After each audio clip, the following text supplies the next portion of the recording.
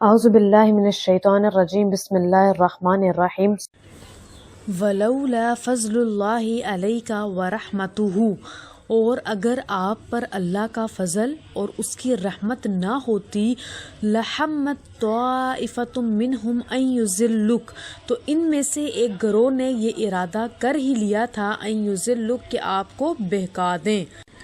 وما یضلون، اور وہ نہیں بہکاتے، الا انفسہم، مگر اپنی ہی جانوں کو، وما یضرونک من شیء، اور آپ کو کچھ بھی ضرر نہیں پہنچائیں گے۔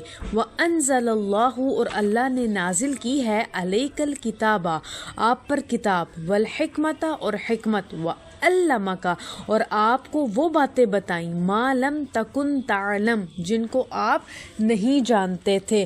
وقان فضل اللہ علیک عظیما، اور آپ پر اللہ کا فضل بہت بڑا ہے۔ لا خیر فی کثیر من نجواہم الا من امر بصدقۃ او معروف او اصلاح بین الناس، نہیں ہے کوئی بھلائی ان کے بہت سے مشوروں میں مگر جو شخص صدقے کا یا اچھی باتوں کا یا لوگوں کے درمیان اصلاح کرنے کا حکم دے۔ وَمَن يَفْعَلْ ذَلِكَ ابْتِغَاءَ مَرْضَاتِ اللَّهِ فَسَوْفَ نُؤْتِيهِ أَجْرًا عَظِيمًا، اور جو شخص یہ کام اللہ کی رضا جوئی کے لیے کرے گا سو ہم اس کو بڑا ثواب دیں گے۔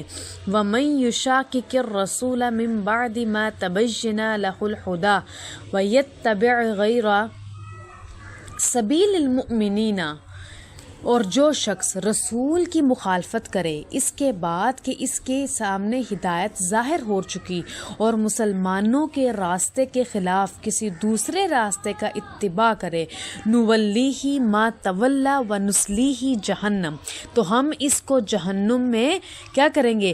گرنے دیں گے، ٹھیک ہے، ونصلیہ جہنم، جہنم میں داخل کریں گے، وساءت مصیرا، اور وہ بہت ہی برا ٹھکانہ ہے۔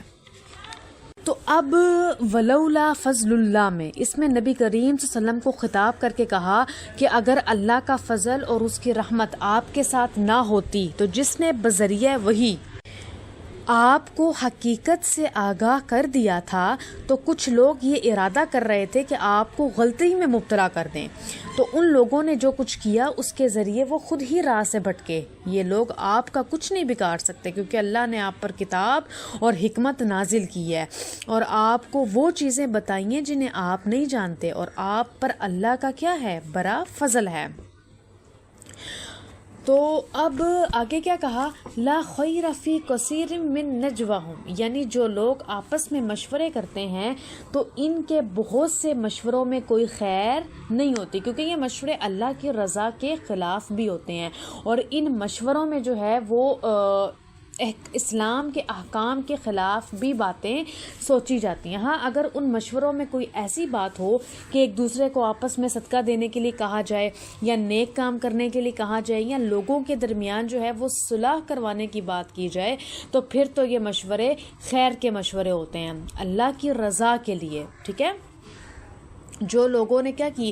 چوری کی تھی، ٹھیک ہے، جن لوگوں نے اب جو ہے اس کا تعلق جو ہے وہ اس یبیتون ما لا یرضی من القول سے ہے، کہ جن لوگوں نے چوری کی تھی وہ رات کو ایسے مشورے کرتے تھے کہ ہم چوری کے الزام سے کیسے بچیں، تو یعنی کہ مشورے جو ہے وہ برے کاموں میں بھی ہوتے تھے۔ اگلی بات آئی صلح کرا دینے کی فضیلت۔ آیت میں فرمایا صدقے کا حکم اور امر بالمعروف، بھلائی کا حکم دینا اور لوگوں کے درمیان صلاح کرا دینا، تو ان کاموں کا مشورہ ہونا چاہیے، ٹھیک ہے، اچھی باتوں کے مشورے ہونے چاہیے۔ اب ایک فریق بیٹھے، ایک جماعت بیٹھے کہ بھئی فلاں فلاں بندے آپس میں کیا ہوئے ہوئے ہیں؟ جھگڑے ہوئے ہوئے ہیں، تو ان کے درمیان صلح کرا دیں، ان کی رنجشیں دور کر دیں، ان کے دلوں کو جوڑنے کی کوشش کریں، روٹھے ہوئے دوستوں کو منا دیں، میاں بیوی کے درمیان جو ہے وہ موافقت پیدا کر دیں، تو یہ بہت ثواب کی چیزیں ہیں۔